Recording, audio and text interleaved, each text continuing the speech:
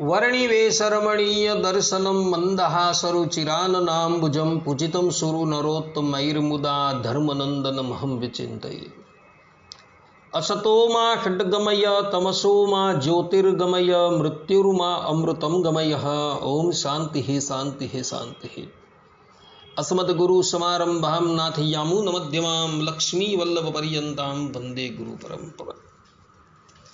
આજની જ્ઞાન સભાની અંદર પધારનારા બધા જ ભગવદ ભક્તોને વેદાંતાચાર્ય પુરાણ ઇતિહાસ આચાર્ય એમએ ફિલોસોફી શાસ્ત્રી રાકેશભાઈના હેતપૂર્વક જય સ્વામિનારાયણ। ભક્તો, આજની આ જ્ઞાન સભાની અંદર આપણે બધા ભગવાન સ્વામિનારાયણે લખેલી શિક્ષાપત્રીના 135મા શ્લોકની સ્પષ્ટતા શ્રવણ કરશું। તો બધા જ શ્રોતાગણો આ પ્રવચન એકાગ્ર મને કરીને શ્રવણ કરે। પ્રવચન કરતાં અગાઉ એ વાતની સ્પષ્ટતા કરી દઉં કે આ પ્રવચનની અંદર હું જે પણ કંઈ કહીશ એ મારા વાક્યો નથી, પરંતુ શાસ્ત્રોકારોના વાક્યો છે। એટલે જેણે કંઈક કહેવું હોય એ શાસ્ત્રકારોને જઈને કહે, મને કંઈ પણ કહે નહીં। તો ભગવાન સ્વામિનારાયણ શિક્ષાપત્રીના 135મા શ્લોકની અંદર પોતાના ગૃહસ્થાશ્રમી આશ્રિતોને આજ્ઞા આપતા કહે છે કે ગૃહખ્યાશ્રમીણો ये स्युः पुरुषा मदुपाश्रिताः श्वासन्न संबंधहीना न स्पृश्या विद्वाश्च तैः। अर्थात કે અમારા આશ્રિત જે ગૃહસ્થાશ્રમી પુરુષ તેમણે પોતાના સમીપ સંબંધી વિનાની જે વિધવા સ્ત્રીઓ તેમનો સ્પર્શ ન કરવો। આ પ્રમાણે ભગવાન સ્વામિનારાયણે પોતાના આશ્રિતોને આજ્ઞા આપેલી છે। ભગવાન સ્વામિનારાયણના કહેવાનું તાત્પર્ય એ છે કે અમારા આશ્રિત ગૃહસ્થાશ્રમી પુરુષો હોય તેમણે નિકટ દેહ સંબંધે રહિત, એટલે કે જેઓનું મરણા શૌચ ન લાગતું હોય તેવા દૂર સંબંધવાળી અને સંબંધે રહિત એવી સ્ત્રીઓ સધવા હોય કે વિધવા હોય એનો સ્પર્શ કામ બુદ્ધિએ કરીને ક્યારેય પણ કરવાનું નથી। જો કામ બુદ્ધિએ કરીને પરાઈ સ્ત્રી એ પછી સધવા હોય કે વિધવા હોય, જો એનો સ્પર્શ કરવામાં આવે તો એ મનુષ્ય જે છે એ ધર્મથી ભ્રષ્ટ થઈ જાય છે। અને એમાં પણ વિદ્વાનો કામ બુદ્ધિએ કરીને સ્પર્શ કરવામાં આવે ને તો એનું જઘન્ય પાપ છે। અને એટલે જ માટે સ્કંદ પુરાણ કાશી ખંડ 4th અધ્યાયના 50મા શ્લોકની અંદર ભગવાન શંકરના પુત્ર કાર્તિક સ્વામી કહે છે કે અમંગલાનામ સર્વેષામ વિદ્વા હાત્યમ મંગલમ અટસ્થાન સ્પૃશેદ ધીમાન સ્વસંબંધી સ્ત્રીયમ વિના। અર્થાત કે સમસ્ત અમંગળોને મધ્યે વિધવા નારી અતિશય અમંગળ છે, માટે બુદ્ધિશાળી પુરુષે પોતાના સમીપના સંબંધ સિવાયની વિધવા સ્ત્રીનો સ્પર્શ કરવો નહીં। આ પ્રમાણે શાસ્ત્રોકારોએ મર્યાદા બાંધેલી છે। માટે ભક્તો પોતાની સંબંધી જે વિધવા નારી છે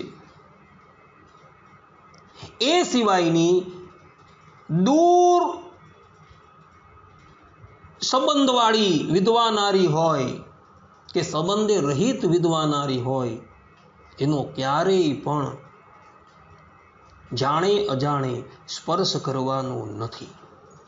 કારણ કે જો એનો સ્પર્શ કરવામાં આવે તો એ સ્પર્શ કરનારો પોતે તો ધર્મમાંથી ભ્રષ્ટ થાય છે, પરંતુ એ સામેવાળી વિધવા નારીને પણ ધર્મમાંથી ભ્રષ્ટ કરે છે। માટે ભગવાન સ્વામિનારાયણે અહીં સધવા હોય કે વિધવા હોય જે પરાઈ નારી છે એનો સ્પર્શ કરવાની મનાઈ કરેલી છે। આ પ્રમાણેની મર્યાદા બાંધી હોવા છતાં જે પુરુષ કે વિધવા નારી એ મર્યાદાનો ભંગ કરે છે એ પ્રાયશ્ચિતના ભાજી થાય છે।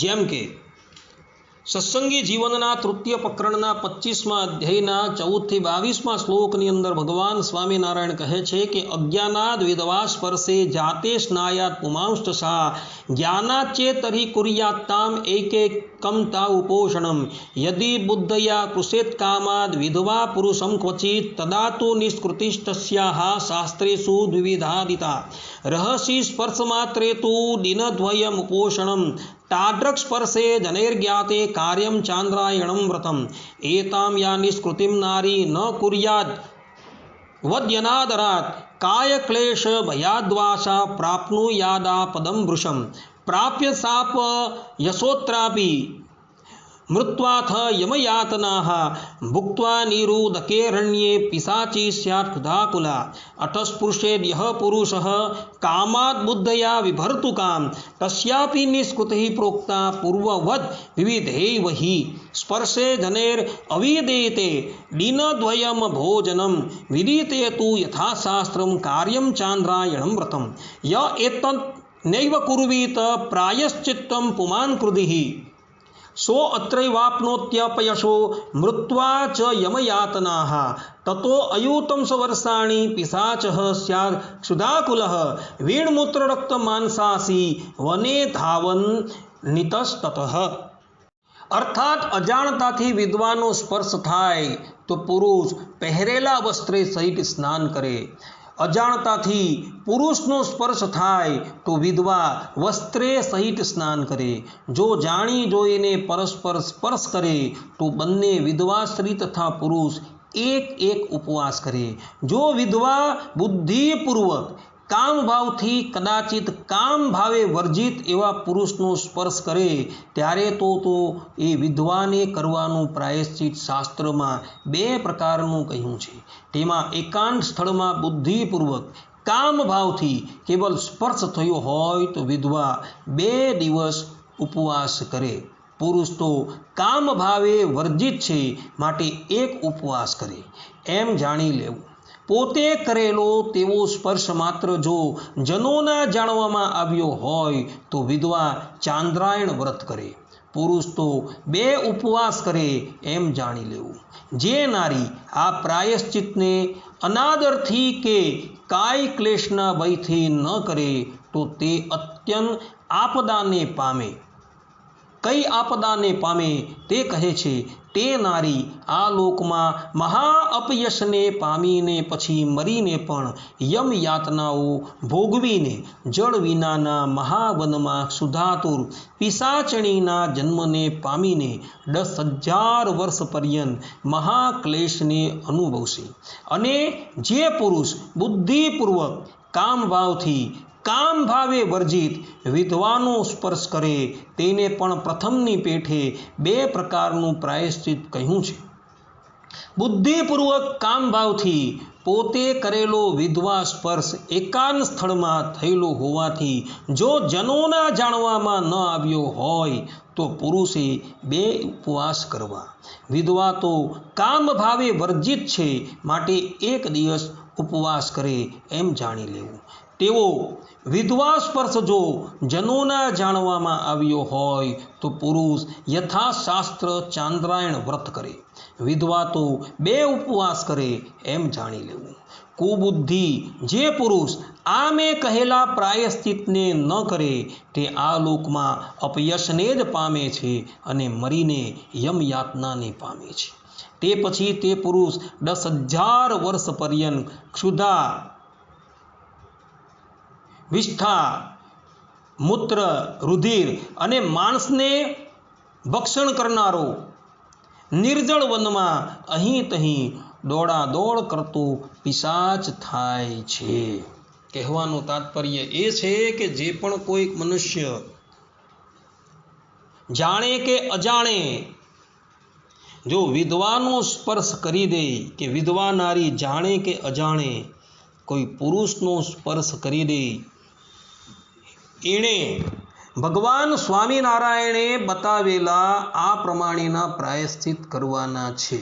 જો એ પ્રાયશ્ચિત ન કરે તો એ આ લોકની અંદર તો અપયશને પામશે જ પરંતુ પરલોકની અંદર એની દુર્ગતિ થશે. માટે ભક્તો ભગવાન સ્વામિનારાયણે જે આ મર્યાદા બાંધેલી છે એ મર્યાદાનું બધા લોકો પાલન કરજો. દૂર પ્રદેશમાં રહેતી જેનું જન્મનું કે મરણનું સૂતક આપણે લાગતું નથી એવી વિધવા નારીનો સ્પર્શ ક્યારેય પણ કરવો નહીં, તથા જેનો આપણી સાથે કોઈ સંબંધ નથી એવી પરાઈ વિધવા નારીનો સ્પર્શ ક્યારેય પણ કરવાનો નથી. અને વિધવા એ પણ પુરુષનો સ્પર્શ ક્યારેય પણ કરવાનો નથી. આ પ્રમાણેની મર્યાદા ભગવાન સ્વામિનારાયણે બાંધેલી છે. આટલું કહીને હું મારા પ્રવચનને વિરામ આપું છું. સર્વે સંતુ નિરામયઃ, સર્વે સુખીનો ભવંતુ, સર્વે ભદ્રાણિ પશ્યન્તુ, મા કશ્ચિદ દુઃખ ભાગ ભવેત અસ્તુ. જય સ્વામિનારાયણ.